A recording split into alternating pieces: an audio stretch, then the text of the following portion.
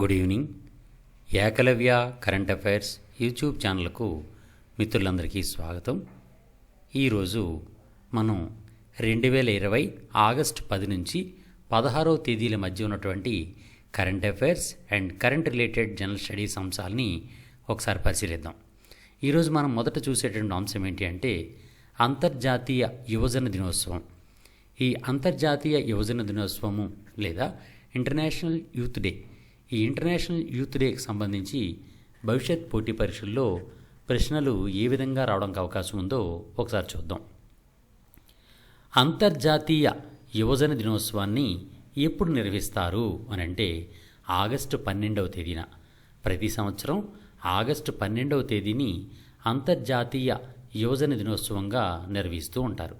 అయితే 2020 అంతర్జాతీయ యువజన దినోత్సవం యొక్క థీమ్ ఏమిటి అంటే youth engagement for global action.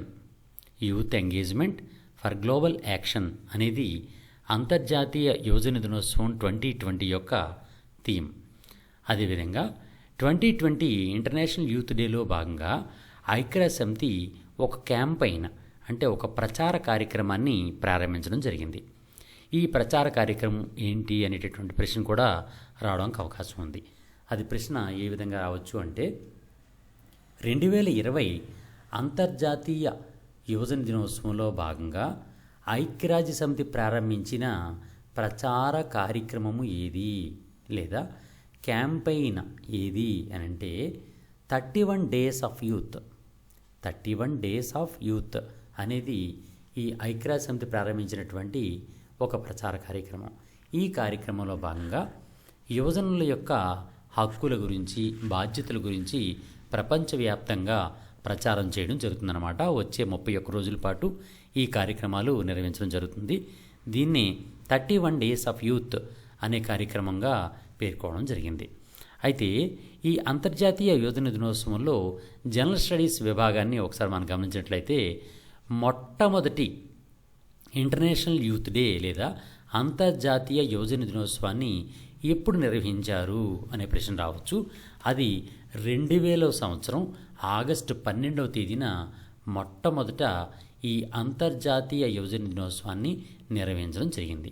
అయితే ఈ అంతర్జాతీయ యువజన దినోత్సవాన్ని ఆగస్టు 12వ తేదీన ఎందుకు నిర్వహిస్తారు అనే ప్రశ్న కూడా మనం తప్పనిసరిగా చూసుకోవాలి.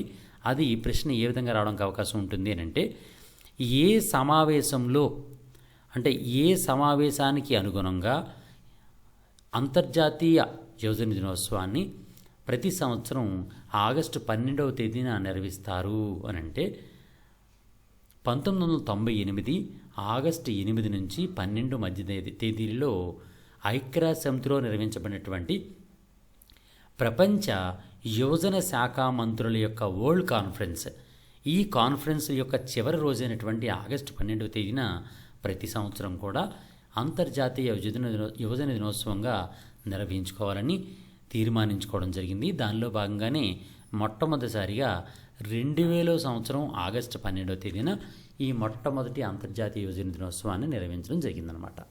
ఇది అంతర్జాతీయ యువజన దినోత్సవానికి సంబంధించి ప్రధానమైనటువంటి అంశాలు. ఇప్పుడు మరొక అంశాన్ని చూద్దాం.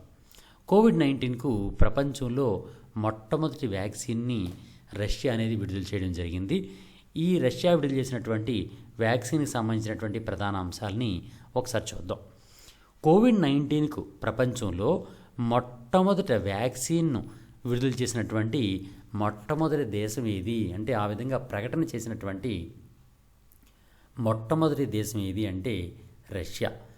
అయితే రష్యా విడుదల చేసినటువంటి కోవిడ్-19 వ్యాక్సిన్ పేరేమిటి అని అంటే స్పుత్నిక్ వి. స్పుత్నిక్ వి అనేది రష్యా విడుదల చేసినటువంటి కోవిడ్-19 వ్యాక్సిన్ యొక్క పేరు అనమాట. అయితే ఈ స్పుత్నిక్ వి అనే పేరుని ఎందుకు పెట్టారు అని అంటే ఈ స్పుత్నిక్ అనేది ప్రపంచంలో మొట్టమొదటిసారిగా అంతరిక్షంలోనికి ప్రవేశపెట్టబడినటువంటి కృత్రిమ శాటిలైట్ అంటే ఆర్టిఫిషియల్ శాటిలైట్ అనమాట. అంతరిక్షంలోనికి ప్రవేశపెట్టినటువంటి మొట్టమొదటి శాటిలైట్ పేరే స్పుత్నిక్. అయితే ఈ స్పుత్నిక్ శాటిలైట్ని ఎవరు అంతరిక్షంలో ప్రవేశపెట్టారు అంటే అప్పటి యుఎస్ఎస్ఆర్ ప్రభుత్వం అనేది ప్రవేశపెట్టడం జరిగింది. దాన్ని స్మరించుకుంటూ అంతరిక్షంలోని ప్రవేశపెట్టబడినటువంటి మొట్టమొదటి శాటిలైట్ అయినటువంటి స్పుత్నిక్ను స్మరిస్తూ, అదేవిధంగా ఇప్పుడు కూడా ప్రపంచంలో మొట్టమొదటిసారిగా తాము వ్యాక్సిన్ విడుదల చేస్తున్నాం కాబట్టి ఆ మొట్టమొదటి శాటిలైట్ పేరుని ఈ వ్యాక్సిన్కు పెట్టడం జరిగిందనమాట. ఈ విధంగా అంతరిక్షంలో ప్రవేశపెట్టినటువంటి మొట్టమొదటి శాటిలైట్ పేరు ఏమిటి అంటే స్పుత్నిక్. స్పుత్నిక్ అనేది మొట్టమొదటి శాటిలైట్ అనమాట. అంతేకాకుండా ఈ స్పుత్నిక్ వి అనే వ్యాక్సిన్ గురించి చూసినట్లయితే ప్రపంచంలోని మొట్టమొదటి కోవిడ్ వ్యాక్సిన్ అయినటువంటి స్పుత్నిక్ వి వ్యాక్సిన్ని ఎవరు అభివృద్ధి చేశారు అని అంటే రష్యా యొక్క ఒక సంస్థ విడుదల చేయడం జరిగింది. దాని పేరు గమేలియా ఇన్స్టిట్యూట్. గమేలియా ఇన్స్టిట్యూట్. ఈ గమేలియా ఇన్స్టిట్యూట్ అండ్ డిఫెన్స్ మినిస్ట్రీస్ ఈ రష్యాకు సంబంధించిన ఈ సంస్థలు అనేవి ఈ స్పుత్నిక్ వి వ్యాక్సిన్ని అభివృద్ధిపరిచి విడుదల చేయడం జరిగిందనమాట. ఇది ప్రపంచంలో విడుదలైనటువంటి మొట్టమొదటి వ్యాక్సిన్. అయితే భారతదేశం అనేది ఈ కోవిడ్-19 వ్యాక్సిన్ని అభివృద్ధిపరచడంలో ఏ స్థానంలో ఉంది, భారతదేశం పరిస్థితి కూడా ఒకసారి మనం గమనిద్దాం. భారతదేశంలో కోవిడ్-19 వ్యాక్సిన్ అభివృద్ధి చేసి ప్రయోగ దశకు చేర్చినటువంటి సంస్థలు ఏవి అంటే 2 సంస్థలు ప్రధానంగా ఉన్నాయి. ఆ 2 సంస్థలు ఏవి అంటే భారత్ బయోటెక్ సంస్థ, అలాగే serum institute of India. Bharat Biotech and serum institutes ఈ 2 సంస్థలు కూడా కోవిడ్-19 అభివృద్ధి చేసినటువంటి మొట్టమొదటి భారతీయ సంస్థలు అన్నమాట. అయితే ఈ భారత్ బయోటెక్ యొక్క ఈ కోవిడ్ వ్యాక్సిన్ అనే దాని పేరు ఏం పేరు అంటే కోవాక్సిన్. కోవాక్సిన్ అనేది భారత్ బయోటెక్ అభివృద్ధిపరిచినటువంటి మొట్టమొదటి భారతదేశానికి చెందినటువంటి కోవిడ్-19 వ్యాక్సిన్ అనమాట. ఇది ఫేజ్ 1 దశని పూర్తి చేసుకుంది. ఫేజ్ 2 అనేది సెప్టెంబర్లో ప్రారంభిస్తామని ఇటీవల భారత్ బయోటెక్ సంస్థ ప్రకటించడం జరిగిందనమాట. ఇది కోవిడ్-19 వ్యాక్సిన్కి సంబంధించినటువంటి ప్రధానమైనటువంటి అంశాలు. ఈ భారత్ బయోటెక్ సంస్థ గురించి కూడా కొన్ని అంశాలు మనం చూసుకోవచ్చు. అవి ఏంటంటే ఇటీవల కోవిడ్-19 వ్యాక్సిన్ అభివృద్ధిపరిచిన సంస్థల్లో ప్రధానమైనటువంటి సంస్థ ఈ 2 కాబట్టి వీటి గురించి కూడా కొన్ని అంశాలు మనం తప్పనిసరిగా గుర్తుంచుకోవాలి. భారత్ బయోటెక్ సంస్థ అనేది ఎక్కడ ఉంది అంటే తెలంగాణలోని హైదరాబాద్లో ఉంది. అదేవిధంగా భారత్ బయోటెక్ సంస్థ అనేది దాన్ని ఏర్పాటు చేసినటువంటి వ్యవస్థాపకుడు ఎవరు అనే ప్రశ్న కూడా మనం గుర్తుంచుకోవాలి. దాని వ్యవస్థాపకుడు అంటే ఫౌండర్ ఎవరు అంటే కృష్ణ ఎల్లా, డాక్టర్ కృష్ణ ఎల్లా. ఈ డాక్టర్ కృష్ణ ఎల్లా ఈ భారత్ బయోటెక్ సంస్థకి వ్యవస్థాపకుడు అనమాట. అయితే ఈ భారత్ బయోటెక్ సంస్థని ఎప్పుడు ఏర్పాటు చేయడం జరిగింది కృష్ణ ఎల్లా అంటే 1996 1996లో ఈ సంస్థని ఏర్పాటు చేయడం జరిగింది. అంతేకాకుండా ఈ సంస్థ అభివృద్ధి పరిచినటువంటి ముఖ్యమైనటువంటి డ్రగ్స్ ఏవి అంటే రోటావ్యాక్. ఈ రోటావ్యాక్ వ్యాక్సిన్ కానీ లేకపోతే ఈ బయోపోలియో అని కానీ లేకపోతే కామ్వ్యాక్ ఇలాంటివన్నీ కూడా వేర్వేరు వ్యాధులకు సంబంధించి వ్యాక్సిన్స్ని అభివృద్ధి పరిచేటటువంటి చరిత్ర ఈ సంస్థకు ఉంది. అందువలన ఈ సంస్థ యొక్క కోవిడ్-19 వ్యాక్సిన్ అనేది ఒక ప్రముఖమైనటువంటి వ్యాక్సిన్గా ఉంటుందని అందరూ అంచనా వేస్తున్నారు. నెక్స్ట్ ఇంకొక సంస్థ ఏది అంటే మన భారతదేశంలో serum institute of India. Serum institute of India ఎక్కడుంది అంటే పూణే, మహారాష్ట్రలోని పూణేలో ఉందన్నమాట. అయితే దీన్ని ఈ సీరం ఇన్స్టిట్యూట్ ఆఫ్ ఇండియా యొక్క ఫౌండర్ అంటే వ్యవస్థాపకుడు ఎవరు అంటే సైరస్ పూనావాలా. ఈ సైరస్ పూనావాలా గారు ఈ సీరం ఇన్స్టిట్యూట్ ఆఫ్ ఇండియాని ఏర్పాటు చేయడం జరిగిందనమాట. ఇది దీనికి సంబంధించినటువంటి ప్రధానమైనటువంటి పాయింట్స్. నెక్స్ట్ ఇప్పుడు మరొక అంశంలోకి వెళ్దాం. మరొక అంశం ఏంటి అంటే ఈరోజు చూసుకోవాల్సినటువంటి మరొక ప్రధానమైన అంశం మన భారతీయ కంపెనీ ప్రపంచంలోని అత్యంత ప్రముఖమైనటువంటి సంస్థలకు ఇచ్చేటటువంటి జాబితా లిస్ట్ ఇస్తూ ఉంటుంది ఒక సంస్థ. దాని పేరే fortune global 500 industries. Fortune global 500 ఈ లిస్టులో భారత కంపెనీ అనేది అత్యంత ప్రధానమైనటువంటి ఒక స్థానాన్ని పొందడం జరిగింది. దానికి సంబంధించి భవిష్యత్ పోటీ పరీక్షల్లో ప్రశ్నలు రావడానికి అవకాశం ఉంది. దానికి సంబంధించి ఏ విధమైనటువంటి అంశాలు వస్తాయో ఒకసారి చూద్దాం. ఫార్చ్యూన్ గ్లోబల్ 500 పరిశ్రమల జాబితాలో స్థానం పొందినటువంటి అంటే అత్యున్నత స్థానం పొందినటువంటి భారతీయ పరిశ్రమ ఏది అంటే రిలయన్స్ ఇండస్ట్రీస్ లిమిటెడ్. ఈ రిలయన్స్ ఇండస్ట్రీస్ అనేది ఫార్చ్యూన్ గ్లోబల్ 500 పరిశ్రమ జాబితాలో స్థానం పొందినటువంటి ఒక సంస్థ అన్నమాట. అదేవిధంగా ఈ ఫార్చ్యూన్ గ్లోబల్ 500 జాబితాలో ఈ మన భారతీయ పరిశ్రమ అయినటువంటి రిలయన్స్ ఇండస్ట్రీస్ అనే సంస్థ ఏ స్థానంలో నిలిచింది అని అంటే 96వ స్థానంలో. నిజానికి 100 లోపు స్థానాన్ని పొందినటువంటి మొట్టమొదటి భారతీయ సంస్థగా ఈ రిలయన్స్ ఇండస్ట్రీస్ని మనం చెప్పుకోవచ్చు అనమాట. అయితే ఈ ఫార్చ్యూన్ గ్లోబల్ 500 జాబితాలో మొట్టమొదటి అంటే ఫస్ట్, సెకండ్, థర్డ్, ఫోర్త్ పొజిషన్స్లో ఏ ఏ సంస్థలు ఉన్నాయి ప్రపంచవ్యాప్తంగా అన్నది కూడా ఒకసారి మనం చూసుకుందాం. అదేంటి అంటే ఫార్చ్యూన్ గ్లోబల్ 500 జాబితాలో మొట్టమొదటి స్థానంలో ఉన్నటువంటి సంస్థ, ప్రపంచంలోనే మొదటి స్థానంలో ఉన్నటువంటి సంస్థ ఏది అంటే వాల్మార్ట్.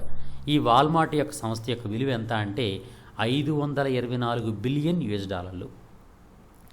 524 బిలియన్ తో వాల్మార్ట్ సంస్థ ఫార్చ్యూన్ గ్లోబల్ 500 జాబితాలో మొదటి స్థానంలో నిలిచింది. అదేవిధంగా రెండవ స్థానంలో $407 బిలియన్ తో సినోపెక్, ఈ సినోపెక్ సంస్థ అనేది చైనాకు చెందింది. ఈ వాల్మార్ట్ గురించి ఇంతకుముందు చెప్పుకున్నాం మనం. వాల్మార్ట్ అనేది అమెరికాకు చెందినటువంటి సంస్థ. ఈ సినోపెక్ సంస్థ చైనాకు చెందిన సంస్థ. చైనాకు చెందినటువంటి సినోపెక్ సంస్థ అనేది $407 బిలియన్ తో రెండవ స్థానంలో ఉండగా, అదే చైనాకు చెందినటువంటి స్టేట్ గ్రిడ్, ఈ స్టేట్ గ్రిడ్ సంస్థ $384 బిలియన్ చేరింది. అదేవిధంగా నాలుగో స్థానంలో కూడా చైనాకు చెందినటువంటి చైనా నేషనల్ పెట్రోలియం అనే సంస్థ $379 బిలియన్ తో నాలుగో స్థానంలో నిలవడం జరిగిందనమాట. ఈ విధంగా ఫార్చ్యూన్ గ్లోబల్ 500 జాబితాలో మొదటి స్థానాల్లో ఉన్నటువంటి సంస్థలు ఏవి అంటే మొదటి స్థానంలో వాల్మార్ట్, రెండో స్థానంలో సినోపెక్, మూడో స్థానంలో స్టేట్ గ్రిడ్, నాలుగో స్థానంలో చైనా నేషనల్ పెట్రోలియం. ఈ సంస్థలు ఫార్చ్యూన్ గ్లోబల్ 500 జాబితాలో మొదటి స్థానాల్లో ఉన్నటువంటి సంస్థలు. అయితే ఫార్చ్యూన్ గ్లోబల్ 500 జాబితాలో మనం రిలయన్స్ ఇండస్ట్రీస్ గురించి మాట్లాడుకున్నాం, 96వ స్థానం అని. ఇది కాకుండా మరికొన్ని సంస్థలు కూడా, భారతీయ సంస్థలు కూడా దీనిలో స్థానాన్ని పొందడం జరిగింది. భారతీయ సంస్థలు ఏ భారతీయ సంస్థలు దీనిలో స్థానాన్ని పొందాయో ఒకసారి చూద్దాం. మొదట అత్యున్నతమైనటువంటి స్థానం పొందినటువంటి భారతీయ సంస్థ ఏది అంటే రిలయన్స్ ఇండస్ట్రీస్. ఇది 96వ స్థానంలో ఉంది. దీని యొక్క కంపెనీ విలువ ఎంత అంటే $86.2 బిలియన్, 86.2 బిలియన్ తో 96వ స్థానంలో రిలయన్స్ ఇండస్ట్రీస్ నిలిచింది. భారతీయ సంస్థల్లో రెండవ సంస్థ అంటే అత్యున్నత స్థానం పొందినటువంటి రెండవ సంస్థ ఏదంటే ఐఓసి, ఇండియన్ ఆయిల్ కార్పొరేషన్. ఈ ఇండియన్ ఆయిల్ కార్పొరేషన్ అనేది ఈ ఫార్చ్యూన్ గ్లోబల్ 500 జాబితాలో 151వ స్థానం, 151 పొజిషన్ అనమాట, 151వ స్థానంలో నిలిచింది. దీని యొక్క కంపెనీ విలువ $69.2 బిలియన్, 69.2 బిలియన్. అలాగే భారతీయ సంస్థ మూడవ అత్యున్నత స్థానం పొందినటువంటి భారతీయ సంస్థ ఏది అంటే ఓఎన్జీసీ. ఈ ఓఎన్జీసీ సంస్థ 190వ స్థానంలో పొందింది, 190. Oil and natural gas corporation ఇది 190వ స్థానంలో నిలిచింది. దీని యొక్క విలువ $57 బిలియన్. అదేవిధంగా నెక్స్ట్ స్థానంలో భారతీయ సంస్థలో 4వ స్థానంలో ఎస్బీఐ అంటే స్టేట్ బ్యాంక్ ఆఫ్ ఇండియా నిలిచింది. ఈ state bank of India fortune global 500 జాబితాలో దీని యొక్క స్థానం ఎంత అంటే 221వ స్థానం. దీని యొక్క కంపెనీ విలువ $51 బిలియన్. ఈ విధంగా ఫార్చ్యూన్ గ్లోబల్ 500 జాబితాలో స్థానం పొందినటువంటి భారతీయ సంస్థలు ఏవేవి అంటే ముఖ్యంగా 4 సంస్థలు దీనిలో స్థానాన్ని పొందాయి. అవి 1 Reliance industries, 2 Indian oil corporation, 3 ONGC, 4 SBI. వీటి యొక్క స్థానాలను కూడా తప్పనిసరిగా గుర్తుంచుకోండి. ఇది ఫార్చ్యూన్ గ్లోబల్ 500 జాబితా. నెక్స్ట్ మరొక అంశం చూద్దాం. అమెరికా ఉపాధ్యక్ష అభ్యర్థిగా భారతీయ అమెరికన్. మనకు సాధారణంగా తెలిసిందే, ప్రపంచంలోనే అత్యంత అభివృద్ధి చెందినటువంటి దేశంగా, అత్యంత ధనిక దేశంగా మనం అమెరికాని పరిగణిస్తూ ఉంటాం. అమెరికా అంటే యుఎస్ఏ. ఈ యుఎస్ఏకి భారతీయురాలు ఉపాధ్యక్ష అభ్యర్థిగా ఎన్నిక కావడం అనేది చాలా చారిత్రాత్మకమైనటువంటి అంశం కాబట్టి దీనిపైన ప్రశ్నలు రావడానికి భవిష్యత్తులో అవకాశం ఉంది. దానికి సంబంధించి ప్రశ్నలు ఏ విధంగా వస్తాయో ఒకసారి చూద్దాం. అమెరికా ఉపాధ్యక్ష అభ్యర్థిగా ఇటీవల నామినేట్ చేయబడినటువంటి భారతీయ అమెరికన్ ఎవరు అని అంటే కమలాదేవి హ్యారిస్. కమలాదేవి హ్యారిస్. ఈ కమలాదేవి హ్యారిస్ గారి యొక్క తల్లి గారు మన ఇండియన్, తండ్రి అమెరికన్ అన్నమాట. ఈ విధంగా వీళ్ళు అమెరికాకు మైగ్రేట్ అయిపోయిన తర్వాత అక్కడే కమలాదేవి గారు బర్త్ అంటే జన్మించడం జరిగింది. ఆ విధంగా అమెరికన్గానే ఉన్నారు, కానీ ఇండియన్ యొక్క ఆరిజిన్ పీపుల్ అనమాట. ఈ కమలాదేవి హ్యారిస్ గురించి భవిష్యత్ పోటీ పరీక్షలు రావడానికి అవకాశం ఉన్నటువంటి ప్రధానమైన అంశాలను ఒకసారి చూసినట్లయితే, కమలాదేవి హ్యారిస్ అనేవారు ఆవిడ ప్రస్తుతం సెనేటర్గా ఉన్నారు. ఆవిడ ఏ రాష్ట్రం నుంచి సెనేటర్గా ఉన్నారు అని అంటే కాలిఫోర్నియా రాష్ట్రం నుంచి ఈవిడ సెనేటర్గా ప్రాతినిధ్యం వహిస్తున్నారు. అయితే కమలాదేవి హ్యారిస్ని ఉపాధ్యక్ష అభ్యర్థిగా ఏ పార్టీ నిలిపింది అంటే డెమోక్రటిక్ పార్టీ. అలాగే కమలాదేవి హ్యారిస్ గారు మొట్టమొదటి నల్లజాతి మహిళ. ఈ పదవికి ఈ అభ్యర్థిగా నామినేట్ చేయబడినటువంటి మొట్టమొదటి నల్లజాతి మహిళ. అందువల్ల ఈ విధంగా చరిత్ర సృష్టించడం జరిగింది ఈవిడ. అయితే ఈ కమలాదేవి హ్యారిస్ని ఉపాధ్యక్ష అభ్యర్థిగా నిలిపినటువంటి డెమోక్రటిక్ ప్రెసిడెంట్ అభ్యర్థి ఎవరు అంటే జో బిడెన్. అంటే ప్రస్తుతం ట్రంప్ గారితో పోటీ పడుతున్నటువంటి వ్యక్తి ఎవరు అంటే జో బిడెన్. ఈ జో బిడెన్ గారు డెమోక్రటిక్ పార్టీకి చెందినటువంటి వ్యక్తి అనమాట. అయితే ప్రస్తుత అమెరికా అధ్యక్షుడైనటువంటి డొనాల్డ్ ట్రంప్ ఆయన ఏ పార్టీ చెందినవారు అంటే రిపబ్లికన్ పార్టీకి చెందినటువంటి డొనాల్డ్ ట్రంప్తో డెమోక్రటిక్ పార్టీ ప్రెసిడెంట్ అభ్యర్థి అయినటువంటి జో బిడెన్ అతి త్వరలో జరగనున్నటువంటి అమెరికా అధ్యక్ష ఎన్నికల్లో పోటీ పడడం జరుగుతూ ఉంటుంది. అదేవిధంగా ఉపాధ్యక్ష అభ్యర్థిగా డెమోక్రటిక్ పార్టీ నుంచి కమలాదేవి హ్యారిస్ గారు దీన్ని నిలబడడం జరిగిందనమాట. అయితే అమెరికాలో ఉన్నటువంటి ఇండియన్ ఆరిజిన్ పీపుల్ అందరూ కూడా ఎక్కువగా ఈ డెమోక్రటిక్ పార్టీ వైపు రావడం, మొగ్గు చూపేటటువంటి అవకాశం ఉండేటటువంటి పరిస్థితులు కల్పించడం కోసం కమలాదేవి హ్యారిస్ గారికి ఉపాధ్యక్ష అభ్యర్థిగా పోటీకి ఇవ్వడం జరిగిందని ప్రస్తుతం అందరూ భావిస్తున్నారు అనమాట. అయితే దీనికి సంబంధించి ఒకసారి అమెరికాకు సంబంధించినటువంటి ప్రధానమైనటువంటి అంశాలు చూద్దాం. America, USA, United states of America యొక్క రాజధాని ఏది అంటే వాషింగ్టన్ డీసీ. ఈ యునైటెడ్ స్టేట్స్ ఆఫ్ అమెరికాలో అతి పెద్ద నగరం ఏది అంటే న్యూయార్క్. అలాగే ప్రస్తుతం అక్కడ ఏ విధమైనటువంటి పరిపాలన ఉంది అంటే ఫెడరల్ ప్రెసిడెన్షియల్ రిపబ్లిక్. ఫెడరల్ ప్రభుత్వం ఉంటుంది, అంటే రాష్ట్రాలు వేరువేరుగా ఉంటాయి, వాటికి ప్రత్యేకమైనటువంటి హక్కులు కలిగి ఉంటుంది. అలాగే ప్రెసిడెన్షియల్ రిపబ్లిక్ అంటే అత్యున్నతమైనటువంటి వ్యక్తి ప్రెసిడెంట్గా ఉంటారనమాట. ఈ ప్రెసిడెంట్కి ఆ సర్వాధికారాలు కలిగి ఉంటారు. ఈ విధంగా ఫెడరల్ ప్రెసిడెన్షియల్ రిపబ్లిక్ అనేటటువంటి గవర్నమెంట్, ప్రభుత్వం అనేది అమెరికాలో ఉందన్నమాట. ప్రస్తుతం అమెరికా ప్రెసిడెంట్ డొనాల్డ్ ట్రంప్, అలాగే వైస్ ప్రెసిడెంట్ మైక్ పెన్స్. ప్రస్తుతం president Donald Trump, vice president Mike Pence. అయితే వీళ్ళ యొక్క అంటే అమెరికా యొక్క చట్టసభల్ని కాంగ్రెస్ అని పిలుస్తారు. కాంగ్రెస్లో 2 సభలు ఉంటాయి, ఒకటి అప్పర్ హౌస్, 2 లోయర్ హౌస్. మనకి ఎగువ సభని మనకి రాజ్యసభగా పిలుస్తాం, కానీ వాళ్ళు సెనేట్ అని పిలుస్తారు.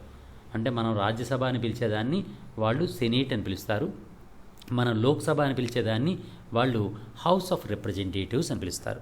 House of representatives. ఈ విధంగా ఎగువ సభ, దిగువ సభ అనే 2 కూడా కాంగ్రెస్లో ఉంటాయి. ఎగువ సభని సెనేట్ అని, దిగువ సభని హౌస్ ఆఫ్ రిప్రజెంటేటివ్స్ అని పిలుస్తారు. ఇది అమెరికాకు చెందినటువంటి ప్రధానమైనటువంటి అంశాలు. ఇప్పుడు మరొక అంశం చూద్దాం. ఈరోజు ఒక ప్రధానమైనటువంటి అంశం మన భారతీయ అంతరిక్ష విభాగంలో చోటు చేసుకుంది. అదేంటంటే మొట్టమొదటి ప్రైవేట్ అంతరిక్ష సంస్థ అనేది భారతదేశంలో ఒక ప్రధానమైనటువంటి పరీక్షని విజయవంతంగా చేపట్టడం జరిగిందనమాట. అందువల్ల ఆ అంశం గురించి ప్రధానంగా మనం తప్పనిసరిగా గుర్తుంచుకోవాలి. ఎందువల్లంటే ఇది మొట్టమొదటి భారతీయ ప్రైవేట్ అంతరిక్ష సంస్థ. విజయవంతంగా అంతరిక్ష ప్రయోగం చేపట్టినటువంటి మొట్టమొదటి ప్రైవేట్ అంతరిక్ష స్టార్టప్ సంస్థ ఏది అనే ప్రశ్న రావడానికి అవకాశం ఉంటుంది. ఆ సంస్థ పేరే స్కైరూట్ ఏరోస్పేస్. ఆ సంస్థ పేరు స్కైరూట్ ఏరోస్పేస్. ఈ స్కైరూట్ ఏరోస్పేస్ అనేటటువంటి సంస్థ భారతదేశంలో మొట్టమొదటి ప్రైవేట్ అంతరిక్ష స్టార్టప్ సంస్థ. అయితే భారతదేశంలో ఉన్నటువంటి మొట్టమొదటి ప్రైవేట్ అంతరిక్ష సంస్థ అయినటువంటి స్కైరూట్ ఏరోస్పేస్ సంస్థ ఇటీవల విజయవంతంగా ప్రయోగించినటువంటి 3D printed upper stage rocket engine ఏది అనే ప్రశ్న రావచ్చు. అంటే ఈ స్కైరూట్ ఏరోస్పేస్ సంస్థ అనేది అప్పర్ స్టేజ్ రాకెట్ ఇంజిన్ని విజయవంతంగా పరీక్షించింది. ఈ అప్పర్ స్టేజ్ రాకెట్ ఇంజిన్ యొక్క పేరు ఏం పేరు అంటే రామన్. సర్ సివి రామన్ గారు మనందరికీ తెలిసిన ఆయనే, నోబెల్ గ్రహీత.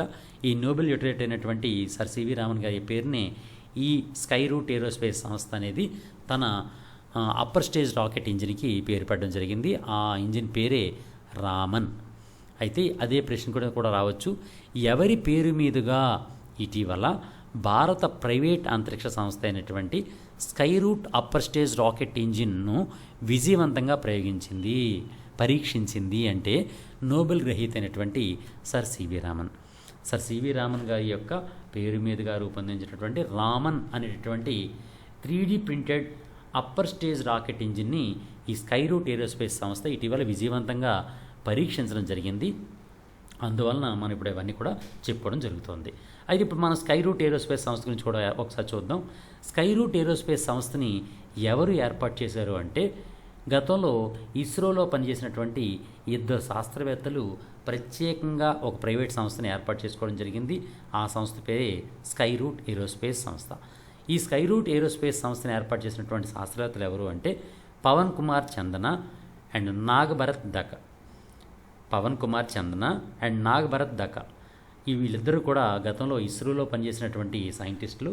వీళ్ళిద్దరూ ఇస్రో నుంచి బయటకు వచ్చి ప్రత్యేకంగా ప్రైవేట్ అంతరిక్ష సంస్థని ఏర్పాటు చేయడం జరిగిందనమాట. అయితే ఈ ప్రైవేట్ సంస్థ అంటే స్కై రూట్ ఏరోస్పేస్ సంస్థ అనేది తన మొట్టమొదటి అంతరిక్ష ప్రయోగాన్ని ఎప్పుడు చేస్తుందని భావిస్తున్నారంటే 2021 సంవత్సరం చివరిలో తన మొట్టమొదటి అంతరిక్ష ప్రయోగాన్ని చేపట్టాలని ఈ స్కై రూట్ ఏరోస్పేస్ సంస్థ అనేది నిర్ణయించడం జరిగింది. ప్రస్తుతం దాన్ని పరీక్షించడం జరిగిందనమాట. విజయవంతంగా రామన్ని పరీక్షించడం జరిగింది. అయితే ప్రస్తుతం భారతదేశంలో ఉన్నటువంటి ఇతర ప్రైవేట్ అంతరిక్ష సంస్థలు ఏవి అంటే స్కై రూట్ కాకుండా మరికొన్ని సంస్థలు కూడా ప్రైవేట్ అంతరిక్ష సంస్థలు భారతదేశంలో ఉన్నాయి. అవి స్టార్టప్ సంస్థలు. ఆ సంస్థలు ఏవి అంటే అగ్నికుల్ అనే సంస్థ ఒకటి, అలాగే బెల్లాట్రిక్స్ అనే మరో సంస్థ కూడా ఉందన్నమాట. ఈ విధంగా భారతదేశంలో ప్రస్తుతం ప్రైవేట్ అంతరిక్ష సంస్థల కింద స్కై రూట్, అగ్నికుల్, బెల్లాట్రిక్స్ అనే సంస్థలు ఉన్నాయన్నమాట. ఇది దీనికి సంబంధించి ప్రధానమైన అంశాలు. ఇప్పుడు మరొక అంశం చూద్దాం. అదేంటి అంటే పిఎం స్వనిధి. ఈ పిఎం స్వనిధి పథకంలో 1,00,000 కోట్ల రూపాయలకి రుణాలు ఇవ్వడం జరిగింది అని ఈరోజు కేంద్ర ప్రభుత్వం ప్రకటించడం జరిగిందనమాట. అయితే ఈ 1,00,000 కోట్ల రూపాయలను ఇచ్చినటువంటి రుణాలుగా ఇచ్చినటువంటి పిఎం స్వనిధి గురించి తప్పనిసరిగా ప్రశ్నలు రావడానికి అవకాశం ఉంటుంది. ఎందువల్లంటే ఆత్మనిర్భర్ భారత్ యోజనలో భాగంగా దేశవ్యాప్తంగా ఉన్నటువంటి అతి తక్కువ ఆదాయం కలిగినటువంటి వ్యక్తుల యొక్క ఆదాయ వనరులను పెంపొందించి వారి జీవితాల్ని ఉద్ధరించాలనే ఉద్దేశంతో కేంద్ర ప్రభుత్వం ప్రారంభించినటువంటి ప్రతిష్టాత్మకమైనటువంటి పథకం పేరే పిఎం స్వనిధి. అయితే ఈ పిఎం స్వనిధి పథకాన్ని ఎవరి కొరకు ఏర్పాటు చేశారు అనేది అత్యంత ప్రధానమైనటువంటి ప్రశ్న. అది వీధి వ్యాపారుల కోసం, అంటే స్ట్రీట్ వెండర్స్. మనందరికీ తెలిసిందే, రోడ్లపైన, మన భారతదేశంలో రోడ్లపైన అనేక మంది, లక్షలాది మంది వీధి వ్యాపారులు చిన్న తక్కువ వ్యాపారాన్ని చేస్తూ ఉంటారు వాళ్ళ కుటుంబ పోషణ కోసం.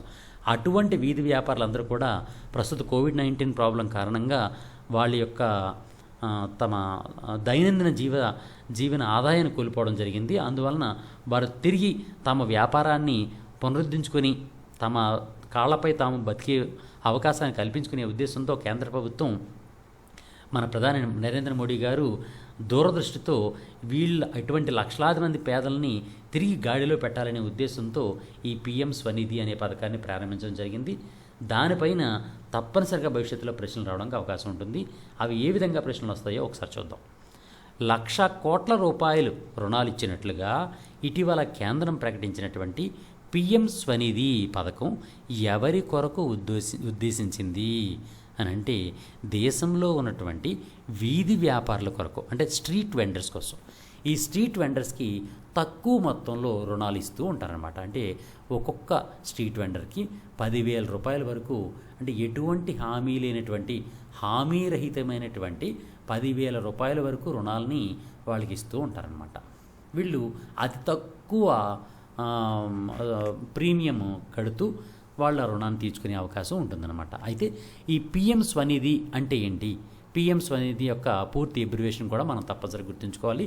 పిఎం స్వనిధి అంటే ప్రధానమంత్రి స్ట్రీట్ వెండర్స్ ఆత్మనిర్భర్ నిధి. ప్రధానమంత్రి స్ట్రీట్ వెండర్స్ ఆత్మనిర్భర్ నిధి అనే దాన్ని పిఎం స్వనిధి అని ప్రకటించడం జరిగింది. ఇది ఒక ప్రత్యేకమైన పథకం. అయితే పిఎం స్వనిధి పథకాన్ని ఎందుకొరకు కేంద్ర ప్రభుత్వం ప్రారంభించింది అని అంటే, కోవిడ్ సమస్యలో ఆధారం కోల్పోయినటువంటి వీధి వ్యాపారులు తిరిగి వారి వ్యాపారం ప్రారంభించుకునేటటువంటి దానికి సహకారం అందించడం కోసం పిఎం స్వనిధి అనే పథకాన్ని కేంద్ర ప్రభుత్వం ప్రారంభించడం జరిగిందనమాట. అయితే పిఎం స్వనిధి పథకంలో భాగంగా ఒక్కొక్క వీధి వ్యాపారికి ఎంత మొత్తంలో రుణాన్ని ఇస్తారు అని అంటే, ఒక్కొక్క వ్యక్తికి 10,000 రూపాయల వరకు కూడా 10,000 రూపాయల వరకు కూడా వాళ్ళకి రుణాన్ని ఇచ్చేటటువంటి అవకాశం ఉంటుందన్నమాట. ఈ విధంగా పిఎం స్వనిధి పథకంలో భాగంగా ప్రతి వీధి వ్యాపారికి కూడా తన వ్యాపారాన్ని తిరిగి ప్రారంభించుకునేటటువంటి సహకారం అందించడం కోసం ఒక్కొక్క వ్యక్తికి 10,000 రూపాయల వరకు కూడా ఎటువంటి హామీ అవసరం లేకుండానే రుణాన్ని మంజూరు చేయడం జరుగుతుందన్నమాట. అయితే ఈ విధంగా ఎంతమందికి పిఎం స్వనిధి ద్వారా ఒక్కొక్కరికి 10,000 రూపాయల చొప్పున రుణాలు మంజూరు చేయాలని కేంద్ర ప్రభుత్వం భావిస్తోంది అని అంటే 50 లక్షల మందికి 50 లక్షల మందికి ఒక్కొక్కరికి 10,000 రూపాయల చొప్పున రుణాల కింద అందించి వాళ్ళ యొక్క ఆధారాన్ని తిరిగి ప్రారంభించే విధంగా వాళ్ళకి సహకారం అందించాలని కేంద్ర ప్రభుత్వం భావించడం జరిగిందనమాట. ఇది పిఎం స్వనిధికి సంబంధించినటువంటి ప్రధానమైనటువంటి పాయింట్స్. అయితే ఇక్కడ మరొక అంశాన్ని కూడా మళ్ళీ తెలుసుకుందాం. మన ప్రధాని నరేంద్ర మోడీ గారు పన్ను చెల్లింపుదారులు, ఈ పన్ను చెల్లింపుదారులు నిజాయితీగా పన్ను చెల్లిస్తున్నటువంటి పన్ను చెల్లింపుదారుల కోసం ఒక ప్రత్యేకమైనటువంటి ప్లాట్ఫామ్ని, అంటే సులువైనటువంటి పన్ను చెల్లింపు విధానాన్ని అనుసరించేటటువంటి ఒక స్పెషల్ ప్లాట్ఫామ్ని ఈరోజు ప్రారంభించడం జరిగింది. దానికి సంబంధించి భవిష్యత్ పోటీ పరీక్షల్లో ఏ విధంగా ప్రశ్నలు వస్తాయో ఒకసారి చూద్దాం. దేశంలో నిజాయితీగా పన్ను చెల్లిస్తున్నటువంటి పన్ను చెల్లింపుదారులకు సహాయం చేసే లక్ష్యంతో ఇటీవల కేంద్ర ప్రభుత్వం ప్రారంభించినటువంటి ప్లాట్ఫామ్ ఏది, సరికొత్త ప్లాట్ఫామ్ ఏది అని అంటే, transparent taxation honouring the honest. Transparent taxation honouring the honest అనేది ఆ ప్లాట్ఫామ్ యొక్క పేరు అన్నమాట. అంటే నిజాయితీగా ప్రతి సంవత్సరం కూడా పన్ను చెల్లిస్తున్నటువంటి వాళ్ళకి ఎటువంటి ఇబ్బందులు కలిగించకుండా వాళ్ళని ఇన్కమ్ ట్యాక్స్ ఆఫీసుల చుట్టూ తిప్పేటటువంటి పరిస్థితులు లేకుండా చేయాలనే ఉద్దేశంతో, వాళ్ళకి సహకారం అందించాలనే ఉద్దేశంతో ఈ ప్రత్యేకమైన ప్లాట్ఫామ్ని మన ప్రధాని నరేంద్ర మోడీ గారు ప్రారంభించడం జరిగిందనమాట. దాని పేరే transparent taxation honouring the honest. ఇది దీనికి సంబంధించిన అంశం. అయితే దీనిపైన ఎటువంటి మార్పులు వచ్చాయి అండ్ దీని మీద మరికొన్ని ప్రశ్నల్ని కూడా ఒకసారి గమనిద్దాం. అసలు ఈ ప్రత్యక్ష పన్నుల విధానంలో ఈ మధ్యకాలంలో జరిగినటువంటి మార్పులు ఒకసారి గమనించినట్లయితే, ప్రత్యక్ష పన్నుల విధానంలో మార్పుల్ని మొట్టమొదట సిఫారసు చేసినటువంటి కమిటీ ఏది అంటే విజయ్ క్యాల్కర్ కమిటీ. ఈ విజయ్ క్యాల్కర్ గారి కమిటీ సిఫార్సులకు అనుగుణంగా అనేకమైనటువంటి మార్పుల్ని, అంటే డైరెక్ట్ ట్యాక్సెస్లో అనేకమైన మార్పుల్ని మన కేంద్ర ప్రభుత్వం ప్రారంభించడం జరిగింది. ఆ విధంగా ఈ పన్ను చెల్లింపుదారులకు సులువైనటువంటి పద్ధతుల్ని అవలంబించడం జరిగింది. ఇటీవల మన ప్రధానమంత్రి గారు ప్రకటించిన దాని ప్రకారం ఈ డైరెక్ట్ ట్యాక్సెస్లోనూ అలాగే ఇండైరెక్ట్ ట్యాక్సెస్లోనూ చేస్తున్నటువంటి మార్పుల ఫలితంగా మన వ్యాపార అనుకూల సూచి ఈజ్ ఆఫ్ డూయింగ్ బిజినెస్లో అత్యున్నత స్థానాన్ని మనం పొందేటటువంటి అవకాశాలు ఎక్కువ అభివృద్ధి చెందాయని, గతంలో 130 వరకు ఉన్నటువంటి మన స్థానం అనేది 60లోకి రావడానికి ప్రధానంగా ఈ ప్రత్యక్ష పన్నుల విధానంలోనూ మరియు పరోక్ష పన్నుల విధానంలోనూ చేసినటువంటి మార్పులే కారణమని ఇటీవల దీన్ని ప్రారంభించినటువంటి ప్రధాని నరేంద్ర మోడీ గారు పేర్కోవడం జరిగింది. అయితే దీనిలో చేసినటువంటి, అంటే ప్రత్యక్ష పన్నుల విధానంలో ఇటీవల చేసినటువంటి కొన్ని మార్పుల్ని మీకు ప్రధానంగా అందిస్తాను. అవేంటి అంటే టిన్ అనే దాన్ని ప్రవేశపెట్టారు. టిన్ అంటే ట్యాక్స్ ఇన్ఫర్మేషన్ నెట్వర్క్ అనే దాన్ని ప్రవేశపెట్టారు. అంతేకాకుండా ఈరాక్స్ అంటే electronic return acceptance and consolidation system అనే దాన్ని ప్రారంభించారు. అలాగే online tax accounting system OLTAS, online tax accounting system అనే దాన్ని ప్రారంభించారు. అంతేకాకుండా ఈ సహయోగ్ ఇనిషియేటివ్ ఫర్ పేపర్లెస్ అసెస్మెంట్ అనే దాన్ని ప్రారంభించడం జరిగింది. అంతేకాకుండా సేవోత్తమ్ ఫర్ ఎఫిషియంట్ గ్రీవెన్స్ రిడ్రెసల్, అంటే ఏవైనా గ్రీవెన్సెస్ ఉంటే, ఏమైనా సమస్యలు ఉంటే దాన్ని ఈజీగా పరిష్కరించడం కోసం సేవోత్తం ఫర్ ఎఫిషియెంట్ గ్రీవెన్స్ రీడ్రెసల్ అనే దాన్ని ప్రారంభించారు. అలాగే ప్రీ ఫిల్డ్ ఐటీఆర్ ఫామ్స్ని కూడా ప్రారంభించడం జరిగింది. ఈ విధంగా ప్రత్యక్ష పన్నుల విధానంలో ఇవన్నీ కూడా మార్పులు చేయడం ద్వారా మన కేంద్ర ప్రభుత్వం ఇటీవల కాలంలో మన దేశంలో వ్యాపార అనుకూలమైనటువంటి విధానాలను అవలంబించడం జరుగుతుందన్నమాట. అయితే మనం బ్రాడ్గా ఒక్క విషయాన్ని మనం తెలుసుకుందాం. అసలు భారతదేశంలో పన్నులు ఏ విధంగా ఉంటాయి అనే దాన్ని చూద్దాం. సాధారణంగా భారతదేశంలో ట్యాక్సెస్ అంటే పన్నులు 2 రకాలుగా ఉంటాయి. ఒకటి ప్రత్యక్ష పన్నులు, 2 పరోక్ష పన్నులు. ప్రత్యక్ష పన్నులు మరియు పరోక్ష పన్నులు.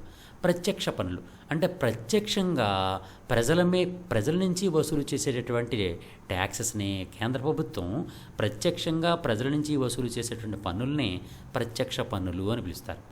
అలా కాకుండా కేంద్ర ప్రభుత్వం ఏదైనా సంస్థలపైన పన్ను విధిస్తే ఆ సంస్థలు ప్రజల నుంచి వాటిని వసూలు చేసుకుంటే దాన్ని పరోక్ష పన్నులుగా పేర్కొంటూ ఉంటారు. ఈ విధంగా ప్రత్యక్ష పన్నులు అనేవి ప్రజలు డైరెక్ట్గా కేంద్ర ప్రభుత్వానికి కడతారు కాబట్టి దాన్ని ప్రత్యక్ష పన్ను లేదా డైరెక్ట్ ట్యాక్సెస్ అని పిలుస్తారు.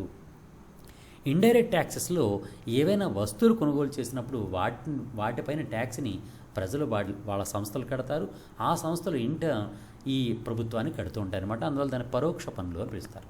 అయితే ప్రత్యక్ష పన్నుల్ని భారతదేశంలో నియంత్రించేటటువంటి సంస్థ ఏది అని అంటే సిబిడిటి. ఈ సిబిడిటి అనే సంస్థ ప్రత్యక్ష పన్నుల్ని భారతదేశంలో నియంత్రిస్తూ ఉంటుందన్నమాట. అయితే ఈ విధంగా ప్రత్యక్ష పన్నుల్ని భారతదేశంలో నియంత్రించేటటువంటి ప్రత్యేకంగా ఉన్నటువంటి సంస్థ పేరే సిబిడిటి లేదా central board of direct taxes.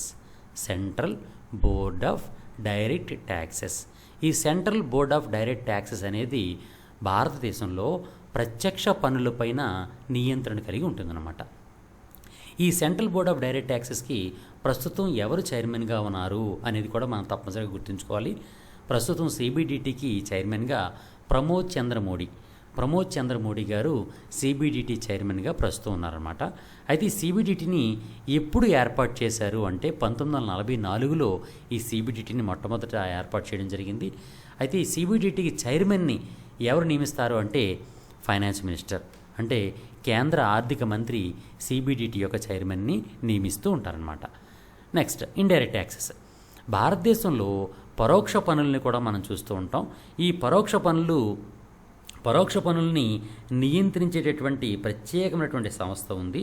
ఆ సంస్థ పేరే సిబిఐఎస్ అంటే ఏంటి అంటే central board of indirect taxes and customs. ఈ central board of indirect taxes and customs అనే సంస్థ భారతదేశంలో పరోక్ష పన్నుల్ని నియంత్రిస్తూ ఉంటుంది. ఈ పరోక్ష పన్నులను నియంత్రించేటటువంటి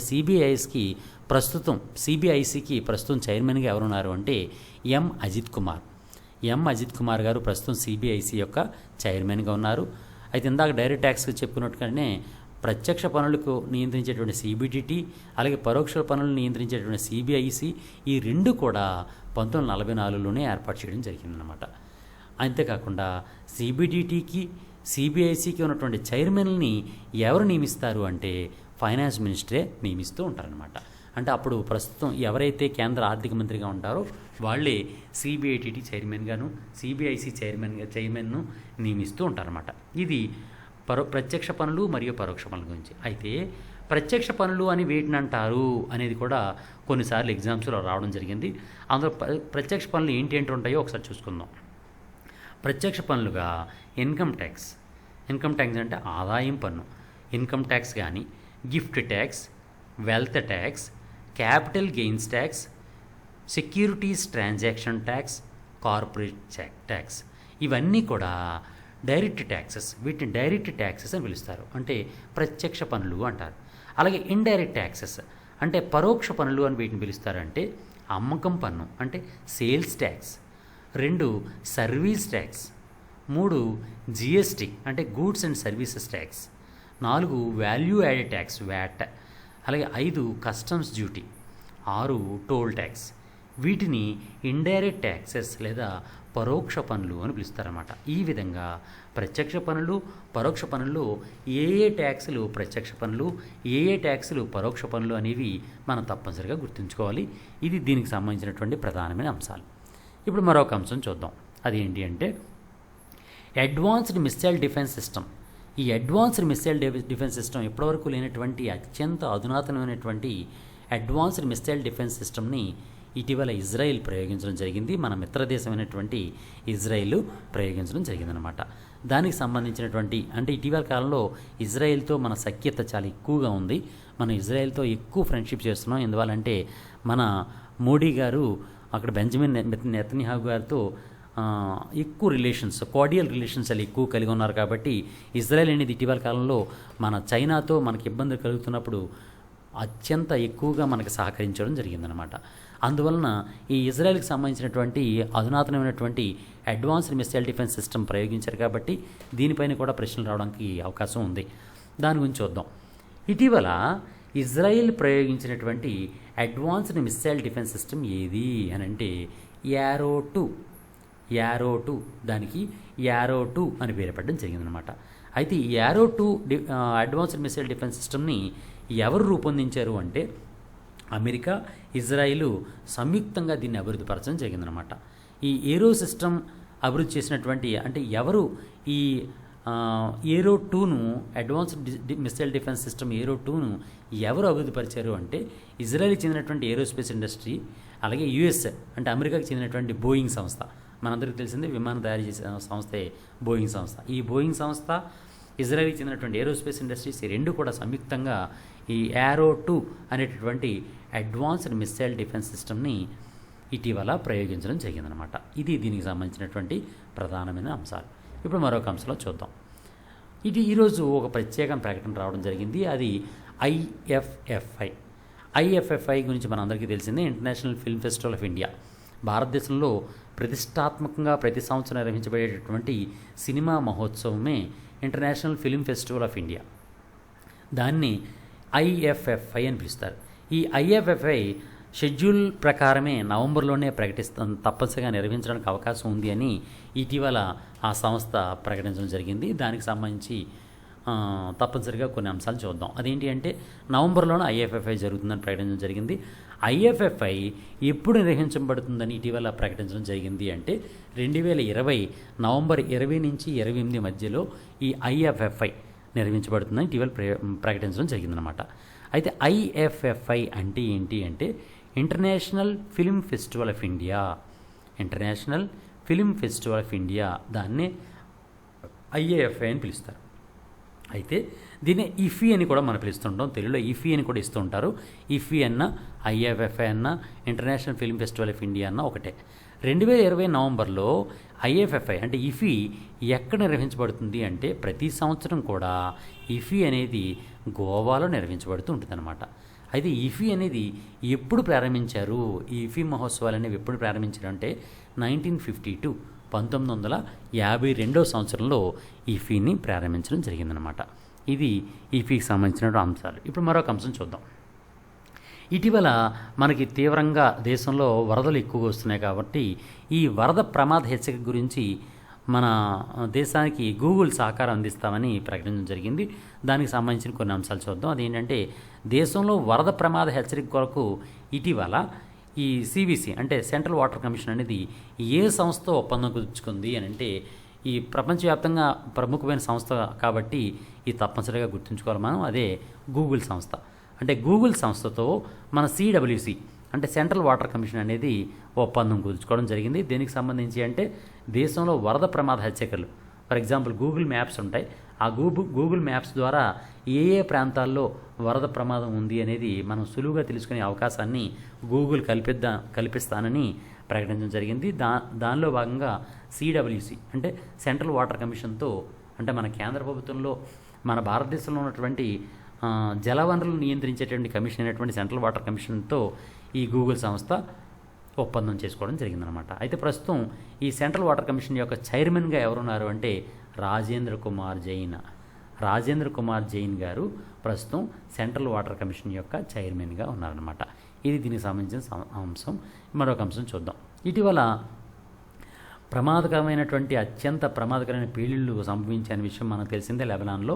ఈ లెబనాన్ దేశంలో జరిగినటువంటి ఈ ప్రమాదానికి మానవతా సహాయంగా భారతదేశం కూడా తన వంతు సహకారాన్ని అందించడం జరిగింది. దానికి సంబంధించి భవిష్యత్ పోటీ పరీక్షలో ఏ విధంగా ప్రశ్న రావడానికి అవకాశం ఉందో ఒకసారి చూద్దాం.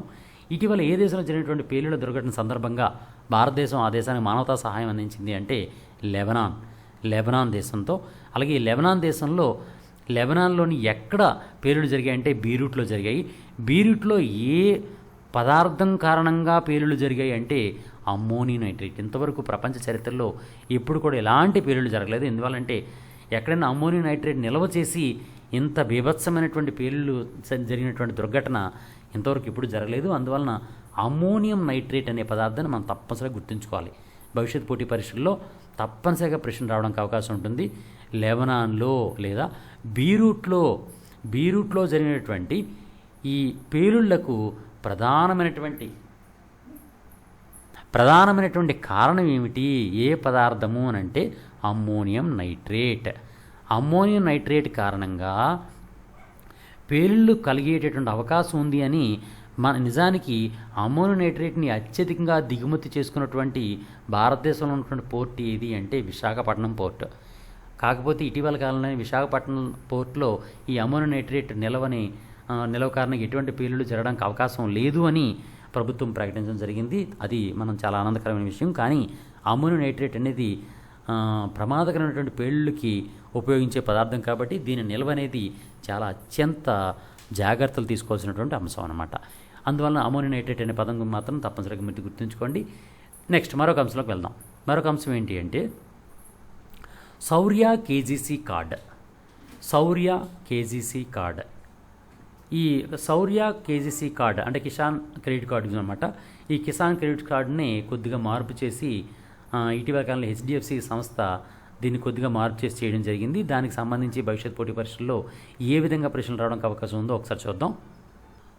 శౌర్య కేజీసీ కార్డ్ ప్రారంభం. ఇటీవల శౌర్య కేజీసీ కార్డ్ ఏ లక్ష్యంతో ప్రారంభించడం జరిగింది అంటే మిలిటరీలో అంటే ఇండియన్ మిలిటరీలో పనిచేస్తున్న వారికి సులువుగా రుణాలు అందించేటటువంటి ఉద్దేశంతో శౌర్య కేజీసీ కార్డ్ అనేది ప్రారంభించడం జరిగిందనమాట. శౌర్య కేజీసీ కార్డ్ అంటే ఏంటి అంటే శౌర్య కిసాన్ గోల్డ్ క్రెడిట్ కార్డ్. ఇక్కడ విషయం ఏంటి అంటే మిలిటరీలో పనిచేసి రిటైర్డ్ అయిన తర్వాత వచ్చి వాళ్ళు ఒకవేళ వ్యవసాయం చేస్తే ఆ వ్యవసాయానికి కావాల్సినటువంటి పరికరాలని అందించే లేదా కొనుగోలు చేయడం కోసం అవసరమైనటువంటి రుణాన్ని ఈ సంస్థ ఈ శౌర్య కేజీసీ కార్డుల ద్వారా అందించే అవకాశం ఉందన్నమాట. ఎందుకు మిలిటరీ దళాల్లో పనిచేసే వారికి సులువుగా రుణాలు అందించడం కోసం శౌర్య కేజీసీ కార్డులు ఎవరు ప్రారంభించారు, ఏ బ్యాంక్ ప్రారంభించింది అని అంటే హెచ్డిఎఫ్సి బ్యాంక్. మనందరికీ తెలిసింది హెచ్డిఎఫ్సి బ్యాంక్ అంటే ఏమిటి? హెచ్డిఎఫ్సి అంటే అబ్రివేషన్ ఏంటి అంటే హౌసింగ్ డెవలప్మెంట్ ఫైనాన్స్ కార్పొరేషన్ అనేదాన్ని హెచ్డిఎఫ్సి బ్యాంక్ అని పిలుస్తారనమాట. అయితే ఈ శౌర్య కేజీసీ కార్డు గురించి ఒకసారి మనం చూసినట్లయితే ఈ శౌర్య కేజీసీ కార్డు ద్వారా 10 లక్షల రూపాయల వరకు ఇన్సూరెన్స్ ఉంటుంది. అంటే ఆ శౌర్య కేజీసీ కార్డు కలిగిన వారికి 10 లక్షల రూపాయల వరకు కవరేజ్ ఉంటుంది. అంతేకాకుండా వ్యవసాయ పరికరాలను కొనుగోలు చేయడం కోసం అవసరమైనటువంటి నిధులు కూడా సులువుగా అందించడం జరుగుతుందన్నమాట. ఇది శౌర్య కేజీసీ కార్డు. అయితే దేన్ని మార్పు చేయడం ద్వారా శౌర్య కేజీసీ కార్డుని ప్రారంభించారంటే కిసాన్ క్రెడిట్ కార్డ్. ఈ కిసాన్ క్రెడిట్ కార్డ్ స్కీమ్ గురించి మనందరికీ తెలిసిందే. కిసాన్ అంటే రైతులు. దేశంలో ఉన్నటువంటి రైతులందరూ కూడా పేద రైతులందరూ కూడా తక్కువలో వాళ్ళకు కావాల్సినటువంటి రుణాలను అందించడం కోసం గతంలో మన ప్రీతమ ప్రధాని అటల్ బిహారీ వాజ్పేయి గారు ప్రారంభించినటువంటి పథకమే కిసాన్ క్రెడిట్ కార్డ్. ఈ కిసాన్ క్రెడిట్ స్కీమ్ అనేది ఎప్పుడు ప్రారంభించబడింది అంటే 1998వ సంవత్సరంలో మన అటల్జీ ప్రారంభించడం జరిగిందనమాట. అయితే దేశంలో ఉన్నటువంటి రైతులకందరికీ కూడా ఇన్స్టిట్యూషనల్ లోన్స్ అంటే సంస్థాగతమైనటువంటి రుణాలని అందించి వాళ్ళని వడ్డీ వ్యాపారుల బారి నుంచి తప్పించాలి అనే ఉద్దేశంతో ఈ కిసాన్ క్రెడిట్ కార్డ్ స్కీమ్ని ప్రారంభించడం జరిగింది. The Kisan credit card scheme is a credit scheme introduced in August 1998 by Indian banks. అంటే భారతదేశంలో అన్ని బ్యాంక్స్ కూడా దీని ద్వారా చేయడం జరిగింది. కమర్షియల్ బ్యాంక్స్ అండ్ కార్పొరేట్ అన్ని బ్యాంక్స్ కూడా చేశారు. This model scheme was prepared by the national bank for agriculture and rural development on the recommendation of R V Gupta committee. ఇక్కడ మనం తప్పనిసరిగా గుర్తుంచుకోవాల్సిన పాయింట్ ఏంటి అంటే కిసాన్ క్రెడిట్ కార్డ్ స్కీమ్ అనే దాన్ని ఎవరు అభివృద్ధి పరిచారు అంటే నాబార్డ్ సంస్థ కిసాన్ క్రెడిట్ కార్డ్ స్కీమ్ని అభివృద్ధి పరిచింది. నాబార్డ్ అంటే ఏమిటి అంటే national bank for agriculture and rural development అనే దాన్ని నాబార్డ్ అని పిలుస్తారు. అయితే ఎవరి సిఫారసుల ప్రకారము కిసాన్ క్రెడిట్ కార్డ్ స్కీమ్ అనే దాన్ని అభివృద్ధి పరిచారు అంటే ఆర్వి గుప్తా కమిటీ యొక్క సిఫారసుల ప్రకారం కిసాన్ క్రెడిట్ కార్డ్ స్కీమ్ని ప్రారంభించడం జరిగిందనమాట. ఇది దీనికి సంబంధించి భవిష్యత్ పోటీ పరీక్షలో రావడానికి అవకాశం ఉన్నటువంటి ప్రధానమైన అంశాలు. ఇప్పుడు మరొక అంశం చూద్దాం. ఇజ్రాయెల్తో ద్వైపాక్షిక సంబంధాలు పెట్టుకున్నటువంటి మొట్టమొదటి గల్ఫ్ దేశం. నిజానికి గల్ఫ్ దేశాలన్నీ కూడా ముస్లిం దేశాలు. ఈ గల్ఫ్ దేశాలన్నీ కూడా ఇజ్రాయెల్తో అత్యంత ఎక్కువ వైరాన్ని కలిగి ఉంటాయి. అందువలన నిజానికి ఈ గల్ఫ్ దేశాలు ఏవి కూడా ఇజ్రాయెల్తో సంబంధాలను ఇష్టపడవు. కానీ మొట్టమొదటిసారిగా యుఏఈ అనే గల్ఫ్ దేశం అనేది ఇజ్రాయెల్తో ద్వైపాక్షిక సంబంధాలని కలుపుకోవడం జరిగింది. ఇటీవల ఇజ్రాయెల్తో ద్వైపాక్షిక సంబంధాలు ఏర్పాటు చేసిన మొట్టమొదటి గల్ఫ్ దేశం ఏది అంటే యుఏఈ అంటే యునైటెడ్ అరబ్ ఎమిరేట్స్.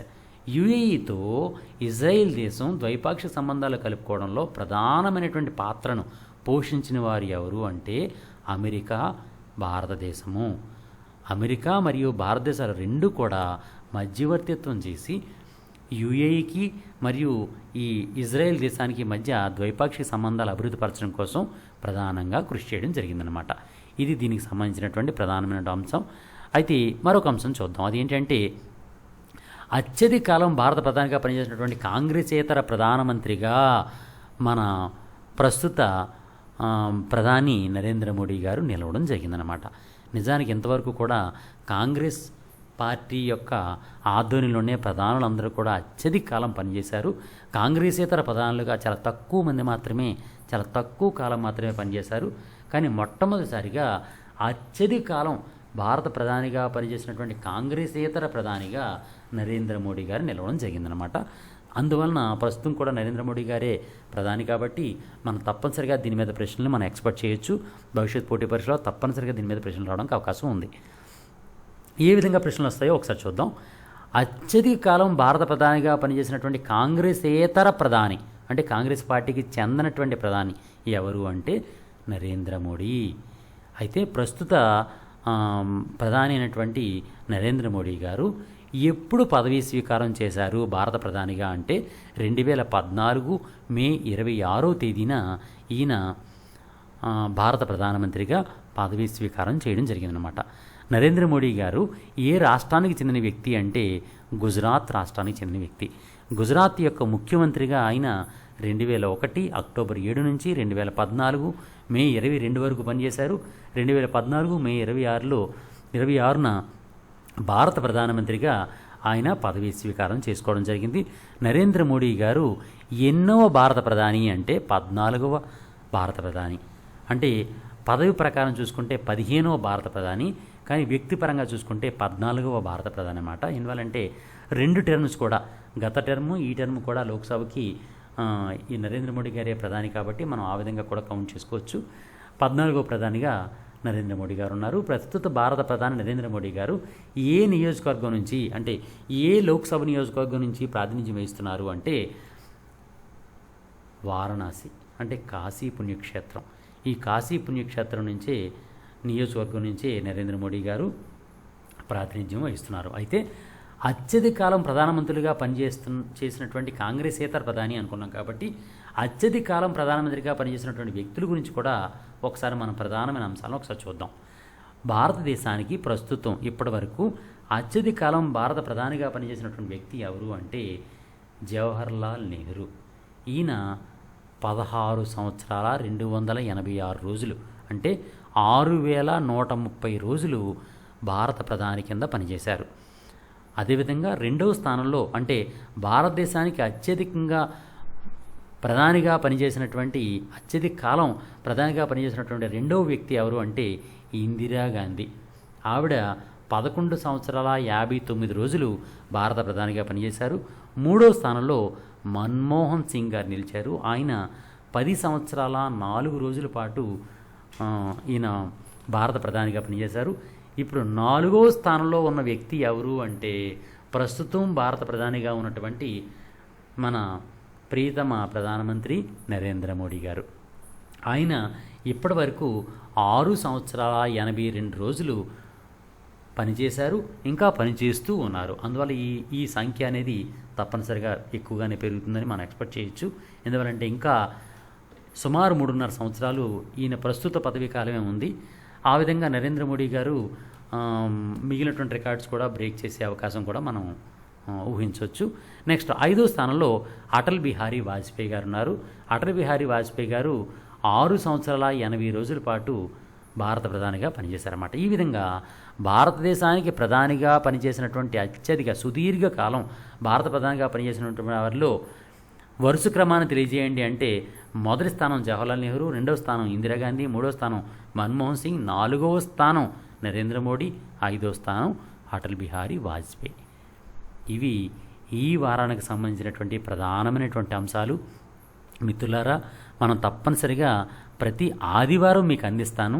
మన ఆ వారానికి సంబంధించిన ప్రతి అంశాన్ని కూడా మీకు అందిస్తాను. అయితే కేవలం కొద్ది కాలం మాత్రమే ఆ విధంగా చేస్తాను. ఎందువల్లంటే వితిన్ 1 or 2 monthsలో మనకు 10,000 సబ్స్క్రైబర్ పెరిగిపోతారు. పెరిగిపోయిన వెంటనే మళ్ళీ నేను తప్పనిసరిగా డైలీ కరెంట్ అఫైర్స్ని నేను డెఫినెట్గా ప్లాన్ చేస్తాను. అప్పటి వరకు మాత్రం ఎవ్రీ వీక్ సండే మనం తప్పనిసరిగా కలుసుకుందాం. కామెంట్స్ పెట్టండి. మీ కామెంట్స్ నేను చూస్తున్నాను. తప్పనిసరిగా నా ఖాళీ సమయంలో మీ కామెంట్కి రిప్లై ఇస్తాను. అండ్ లైక్స్ చేయండి, షేర్ చేయండి. మీ మిత్రులను కూడా మన ఏకలవ్య కరెంట్ అఫైర్స్ని పొందమని చెప్పండి. అన్ని ఎగ్జామ్స్లో కూడా అంటే సచివాలయం ఎగ్జామ్ కానీ, కానిస్టేబుల్ కానీ, ఎస్ఐ కానీ, గ్రూప్ 1 కానీ, గ్రూప్ 2 కానీ, గ్రూప్ 4 కానీ మీరు ఏ ఎగ్జామ్ తీసుకున్నా ఆంధ్రప్రదేశ్ అండ్ తెలంగాణ అంటే 2 తెలుగు రాష్ట్రాల్లో కూడా అత్యధికంగా ఏ పోటీ పరీక్షలోనైనా సరే కరెంట్ అఫైర్స్లో కానీ, జనరల్ స్టడీస్లో కానీ అత్యధిక ప్రశ్నలు వచ్చేటటువంటి ఏకైక కరెంట్ అఫైర్స్ పత్రిక ఏది అంటే ఏకలవ్య అని నిర్ద్వందంగా మనం చెప్పుకోవచ్చు. ఆ విషయం మీ అందరికీ తెలిసిందే. ఆ విషయాన్ని మీ మిత్రులందరికీ చెప్పండి. ఎక్కువ మందిని మన ఏకలవ్య కరెంట్ అఫైర్స్ యూట్యూబ్ ఛానల్లో సబ్స్క్రైబుల్గా చేరమని చెప్పండి. ఆ విధంగా అతి త్వరలో శీఘ్రంగా ఉద్యోగాన్ని సంపాదించమని వాళ్ళకు కూడా వినతి చేయండి. మీ అందరికీ కూడా అతి త్వరలోనే అత్యంత ఉన్నతమైన ఉద్యోగాన్ని మీరు కూడా పొందగలుగుతారని ఆశిస్తూ ఆల్ ది బెస్ట్. శీఘ్రమే ఉద్యోగ ప్రాప్తిరస్తు. Thank you.